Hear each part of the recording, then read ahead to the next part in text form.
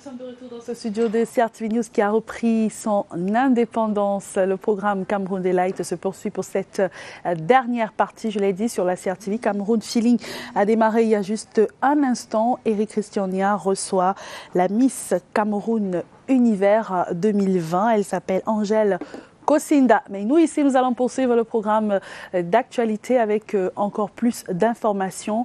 Les quotidiens ont abondamment parlé de l'affaire Covid-Gate, les membres du gouvernement qui passent devant le tribunal criminel spécial depuis hier. Un ramassis de toute cette actualité dans la revue de presse en anglais, présentée par Rita Macan.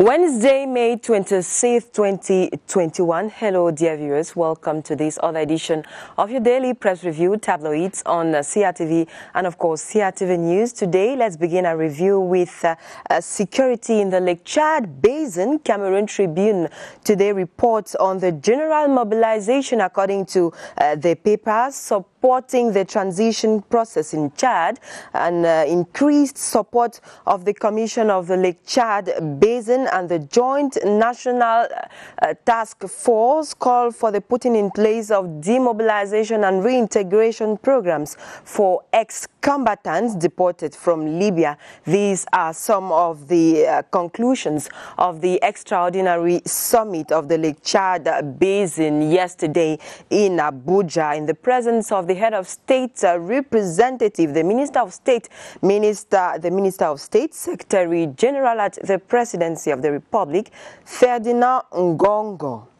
Cameroon Tribune also tells us that infrastructure projects between Cameroon and the African Development Bank under review. This, among others, was the center of discussions between the Prime Minister, Joseph Dion Ngute, and the new Regional Director General of the African Development Bank, Serge Nguessan, during an audience at the Star Building.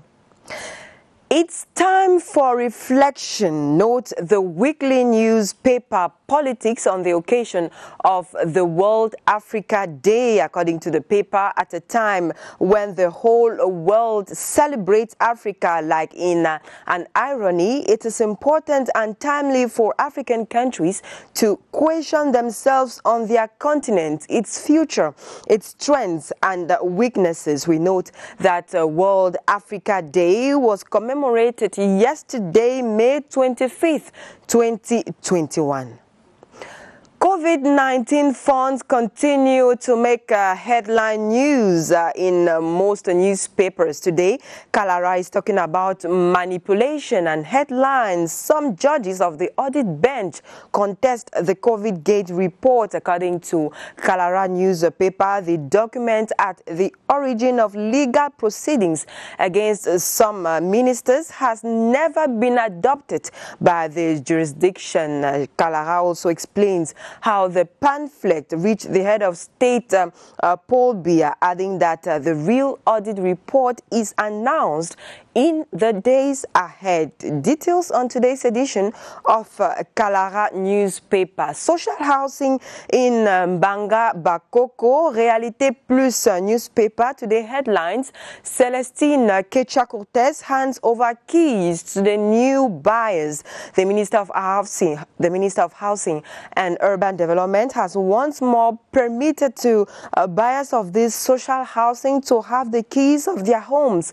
According to Réalité Plus, the action is a great milestone which repositions this project dear to the head of state in its initial conception of 10,000 social housing to satisfy the needs of Cameroonians. Let's now talk economics with Ecofinance Hebdo newspaper. The weekly today zooms on fake food products and tells us that the new laboratory of the Technical Center for Agricultural and Rural Cooperation, CTA Cameroon, is coming. According to the paper, the instrument created by the state and managed by the private sector has the mission to neutralize fake food products present in the national market. The paper adds that the focal point of this food center in the Ministry of the Economy, Planning and Regional Development, Patrick Pumbeng, visited the new laboratory in Douala to evaluate the state of advancement of works in this food center. Read more on page 6 and 7 of today's edition of Eco Finance Hebdo. L'Economie daily newspaper is today talking about opportunities of merging the Central African Economic and Monetary Communities, CEMAC, and the Economic Community of Central African States, ECAS. According to L'Economie newspaper, the scrutiny and technical validation of remaining draft texts for the future regional economic community of the sub-region is on the way in Yaoundé. Mutation today looks at entrepreneurship and reports on the new set of Yannick Noah. According to Mutation newspaper, the Cameroonian tennisman has requested for a lease on a 6,000 meter square plot to the Minister of State Property Surveys and Land Tenure for the promotion of this discipline in the country. Repère newspaper on its part is today looking at the brewery industry and informs us that shareholders of the SABC share 18 billion CFA francs despite the COVID-19 pandemic. The net profit of this leader in the brewery market remains high, passing from 16.6 billion CFA francs in 2019 to more than 22 billion francs CFA in 2020. You have details of this story on page 10 of today's edition of Repère. The Guardian Post today continues its series on the deplorable state of the Bamenda Babaju Road. The Daily says the state of this road could enhance separatist agenda. According to the Guardian Post newspaper, government indifference to the deplorable state of the Bamenda Babaju Road, political observers hold it could be a strong indicator that the Biya regime has learned and forgotten nothing from the more than 5 years socio-political unrest that has since morphed into an armed conflict in the northwest region. Catch the details of this story on page 3 of today's edition of the Guardian Post newspaper.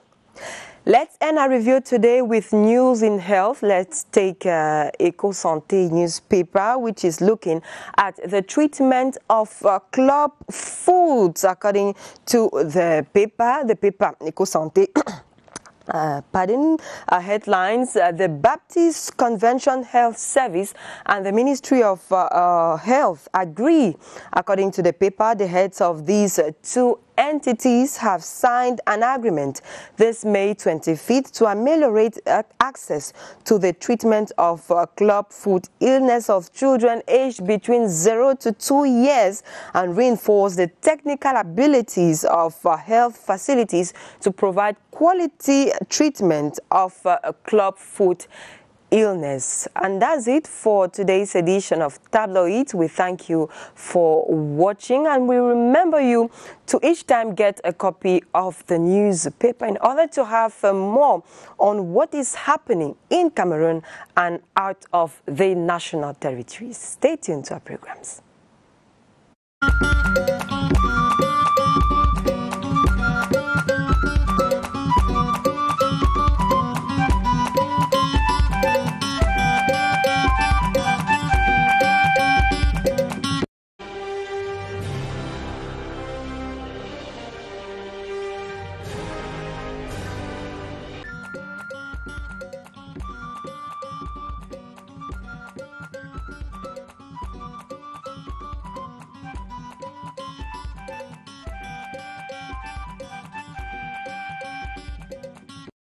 Salut à tous, ravi de vous retrouver pour la une de vos journaux. C'est dans le Grand Nord que nous allons donc commencer le tabloïd de ce mardi 26 mai 2021. Et l'œil du Sahel au parc de la Benoué de ce mercredi donc 26 mai 2021, titre sur les 360 orpailleurs clandestins interpellés. L'activité nourrit, c'est vrai, de nombreuses familles des alentours du parc, mais parce qu'illégale cette activité, ces chercheurs d'or sont sommés d'arrêter ou du moins de mettre fin à cette exploitation artisanale de l'or dans les rivières du parc national de la Benoué. Un parc dont la biodiversité est aussi en danger, signale à la page 8 le tri-hebdomadaire du Grand Nord. Le journal s'indigne également du fait que Maroua, la capitale régionale de l'extrême nord, est sans monument historique. Grand Nord encore cette fois avec l'aigle du Sahel. L'aigle du Sahel qui survole la zone Ngaoundérich dans l'Adamawa jusqu'à Kousrich dans l'extrême nord. Là-bas, constate donc que cette zone n'a pas de chemin de fer, une promesse encore attendue. Le journal choisit une image de transport, comme vous le voyez, en commun pour illustrer l'attente du Grand Nord. L'aigle du Sahel alerte aussi ce matin sur la menace de famine dans le septentrion. Les démarcheurs du riz, selon le journal, sont dans les rizières de Yagua et de Maga. Ils exportent le riz pour le Nigeria. Il faut interdire le trafic car l'insécurité alimentaire plane, nous dit le journal L'Aigle du Sahel. On quitte le Grand Nord, mais en restant toujours dans l'agroalimentaire ce matin, on va donc se retrouver dans Ecofinance qui publie sur les faux produits agroalimentaires. Joseph Mbolane Jotier avise les commerçants de l'arrivée sur le terrain du point focal du centre agroalimentaire du Cameroun. D'ailleurs, Patrick Mepobang a visité le laboratoire du centre à Douala. C'était vendredi dernier. Lecture complète de cette visite, pages 6 et 7 d'Ecofinance. Et en ce qui concerne l'industrie brassicole, c'est le tri-hebdomadaire Repère qui en parle donc ce jour. Les actionnaires de la SAB se partagent 18 milliards de francs CFA, dit le journal. Malgré le Covid-19, le bénéfice net du leader du marché de la bière reste en hausse, plus de 16 milliards et demi en 2019 à plus de 22 milliards en 2020. L'enquête est à lire à la page 10 des Repères. Économie encore, le quotidien L'économie cette fois voit les opportunités de la fusion CEAC-CEMAC, l'examen et la validation technique des avant-projets de la sous-région sont en cours à Yaoundé. Entre-temps, dans l'énergie, toujours dans le quotidien, l'État veut évaluer l'impact socio-économique du projet de Lompagar. Info à lire dans l'économie, parution de ce 26 mai 2021. Et en santé, on retrouve donc le Covid-Gate qui continue à faire des vagues. Le journal La Revue du Patriote sur le sujet parle d'une tempête dans un verre d'eau. Le Cameroun croule sous un monceau de scandale, écrit le journal La Revue. Des résolutions non appliquées du comice d'Ebolova en 2011, en passant par les projets structurants non accouchés que des éléphants blancs, dit le journal. L'hebdomadaire poursuit que cela laisse présager que les mises en cause dans le Covid-Gate n'ont peut-être pas grand-chose à craindre. Seul l'avenir nous édifiera, conclut le journal à la page 7. Et dans la même veine, c'est le Messager. À présent, le journal Le Messager détaille à sa page 3 comment Ngongo a pris le pouvoir. Sur la base d'un rapport vertement critiqué, le secrétaire général à la présidence de la République, Ferdinand Ngongo, a réussi à s'adjuger la gestion de la lutte contre le Covid-19 et neutraliser ses adversaires, à lire dans Le Messager de ce 26 mai. L'hebdomadaire Le Témoin sur le Covid-19 titre photo à l'appui, Manaouda Malachi, victime de son efficacité. Vous le voyez, pour Le Témoin, le MinSanté a donné un nouveau visage à la fonction ministérielle. Sa jeunesse et son dévouement ont fait de lui la cible à abattre. Pages 3 et 4, Le Témoin décrypte cette affaire dont les faits blanchissent le MinSanté. Et dans le quotidien Éco-Santé, l'on voit bien Manaouda Malachi dans Éco-Santé. On le voit tout sourire derrière le masque malgré cela, poursuivre dans la sérénité, en tout cas son travail. Éco-Santé nous replonge donc dans la signature hier du protocole d'accord entre la Cameroun Baptist Convention Health Service et le MinSanté. Cette entente entre les deux parties vise à améliorer donc l'accès du traitement du pied de bourse de tous les enfants âgés de 0 à 2 ans. E-Investigation, Réalité Plus, Le Quotidien, les 3 parutions s'entichent ce matin des logements sociaux de Mbanga Bakoko. La remise des clés a eu lieu hier, c'était du côté de Douala, une action du Minju, Célestine Ketcha-Cortez, qui place la politique des grandes opportunités à la bonne enseigne. Et une autre bonne action du gouvernement également, c'est dans le bi-hebdomadaire, l'essentiel. L'essentiel donc dans la parution de ce 26 mai 2021, le Minfopra, 493 fonctionnaires et agents de l'État licenciés. Leur faute, l'absentéisme. Le ministre de la fonction publique et de la réforme administrative, Joseph Ly, est à la suite de l'opération de comptage physique des personnels donc de l'État. Il est toujours avec Cameroun Tribune, cette fois-ci, qui revient sur la sécurité dans le bassin du lac Tchad et la remobilisation générale. Le sommet extraordinaire de la CBLT s'est tenu hier à Abuja, au Nigeria. Le soutien au processus de transition au Tchad faisait partie des principales conclusions du sommet. À lire, page 3 de la parution de Marie-Claire Nana. Historien ce matin, Marie-Robert Elundu Desinga nous replonge dans les affres et l'horreur des crimes coloniaux. Le massacre, ou du moins le carnage de Messa à Yaoundé.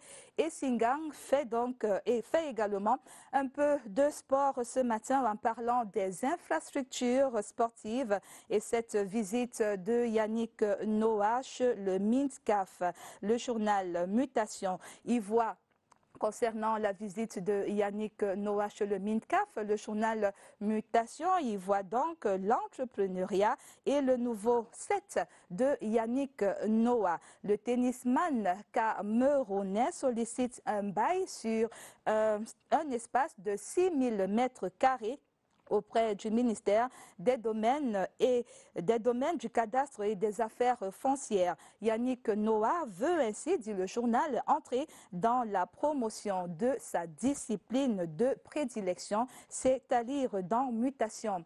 Et toujours en sport, le quotidien Le Jour sur le terrain sur le tournoi de boxe nous explique ce matin comment un voyage pour la Russie s'est arrêté à Dubaï. Ce voyage à mi-chemin des 8 athlètes est détaillé à la page 11 du quotidien Le Jour.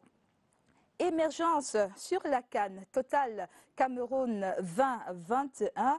Émergence dit comment la CAF exige au Cameroun de nouveaux stades. Comment? Lecture, page 5 pour les détails. C'est dans Émergence. Et toujours dans cette compétition avec la visite conjointe CAF-FIFA au Cameroun, la primeur de l'Info Plus rassure tout le monde ce matin. La primeur de l'Info Don dit: ça y est, Paul Biya sucera sa CAN 2021. Et voilà, c'est sur cette bonne nouvelle sur la grand-messe du football africain que nous mettons un terme à Tabloïd de ce 26 mai 2021. En espérant avoir stimulé en vous l'envie de lire, eh bien, rendez-vous dans les kiosques si vous aimez l'odeur de l'encre. Entre-temps, nous vous souhaitons bonne lecture, bon mercredi et à demain, jeudi. C'était Tabloïd.